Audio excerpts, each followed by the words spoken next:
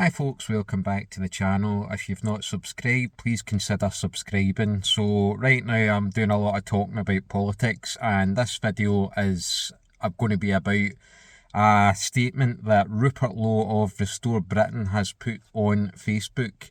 I'm going to read it out and then I'm going to comment on a couple of things, because there's a couple of things we need to discuss here. Because I know that a lot of viewers of my videos so far are quite into Restore Britain, and I know that the guy's got some good ideas, but I think there's also a couple of pitfalls in his plans here. So anyway, I'll read this out. This is on his Facebook page. It says, Muslims electing Muslims exactly because they're Muslim, then they govern as Muslims for Muslims.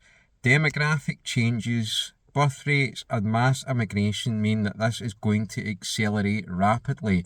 What is our country going to look like in 50 years, 20 years, 10 years? Think about that on current projection. Britain has an Islamic future.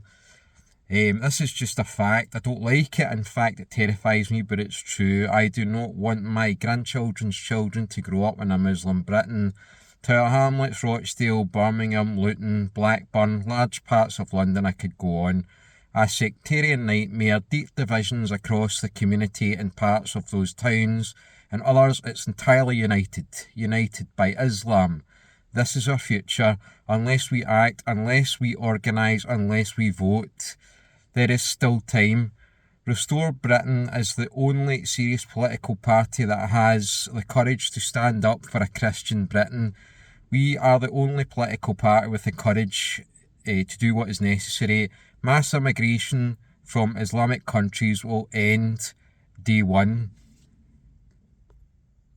So, right, basically, let's start off with the first bit then, right? So Muslims electing Muslims because they're Muslim and they're going to govern for Muslims, right? I 100% agree with that. But here's the pitfall. What do you do with somebody like Shabana Mahmood or Sadiq Khan or the clown up here in Scotland, Anas Sarwar, or even Humza Yousaf of the Scottish National Party? These people were born here, right? So what is it Lowe is exactly going to propose? Is he going to propose that we ban Muslims that were born in Britain from standing in the British Parliament? That is like a non-starter. That is like, that's racist, basically. Yeah, there's no other word about that, right? That is racism, do you know what I mean? Like, whether or not I agree with that, whether or not you agree with it, you cannot ban people that were born here from standing in Parliament. That's just crazy. And as far as like the voting thing, do you know what I mean? Like Muslims voting for Muslims, right?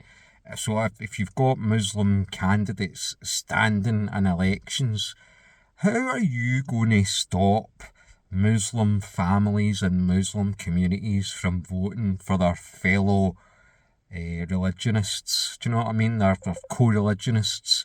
How are you ever going to stop that? You're just not. Do you know what I mean? And how are you going to stop Muslims from taking over? Are you going to forcefully sterilise them? The ones that were like, there's millions of Muslims here already, right?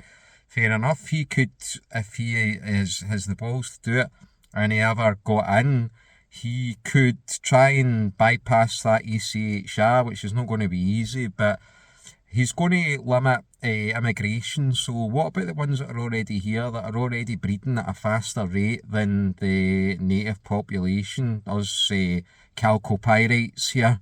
Do you know what I mean? So basically, what's he going to do? You're going to round them up and forcefully sterilise them so they can't have any more kids? How are you going to stop them from taking over the towns and cities? You can't. Do you know what I mean? Unless you're talking about going down the route of a certain individual who I won't name, which That's why I'm laughing, right? It's just crazy. Do you know what I mean? Like, I agree, right? It is sectarian and it is Muslims voting for Muslims, and ideally, I wouldn't allow it either. Do you know what I mean? But for reasons I've already said to you, that you can't stop it in a democracy. Do you know what I mean? We don't live in a dictatorship. We don't live in somewhere like China or North Korea or whatever. Do you know what I mean? So, things like banning halal slaughter, then yeah, you could do it through, you could do things like that, but they're just going to import it. Do you know what I mean? Like, you might be able to ban it from happening on British soil, but they're just going to import it. The call to prayer and all that, like, that's daft things. That's not going to make a big change to the demographics and things like that. That's just silly, to be honest, man. Banning the burqa and all that, right? I mean, personally, I wouldn't ban the burqa. I hate it, right? I think it's hideous, right? But there's other ways you can kind of smoke these people out. Do you know what I mean? You can make life very, very societally difficult for them. Like, you could say to banks and all that, and like cafes and restaurants, you could say, look, we're going to be on your side if you turn people away that have got full face coverings and face veils and all that carry on. So if you're going to do that, then don't worry about them trying to sue you for discrimination. It's not going to happen. We won't allow it. But I don't know if I'd ban the burqa, man. I just like let them dress how they fucking want. Do you know what I mean? But just, you could strongly societally discourage it.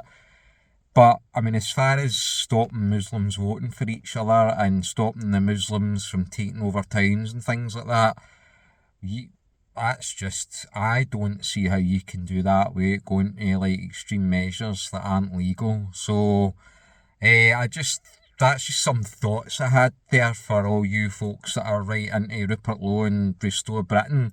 It's just some things to think about. Anyway, thanks for watching.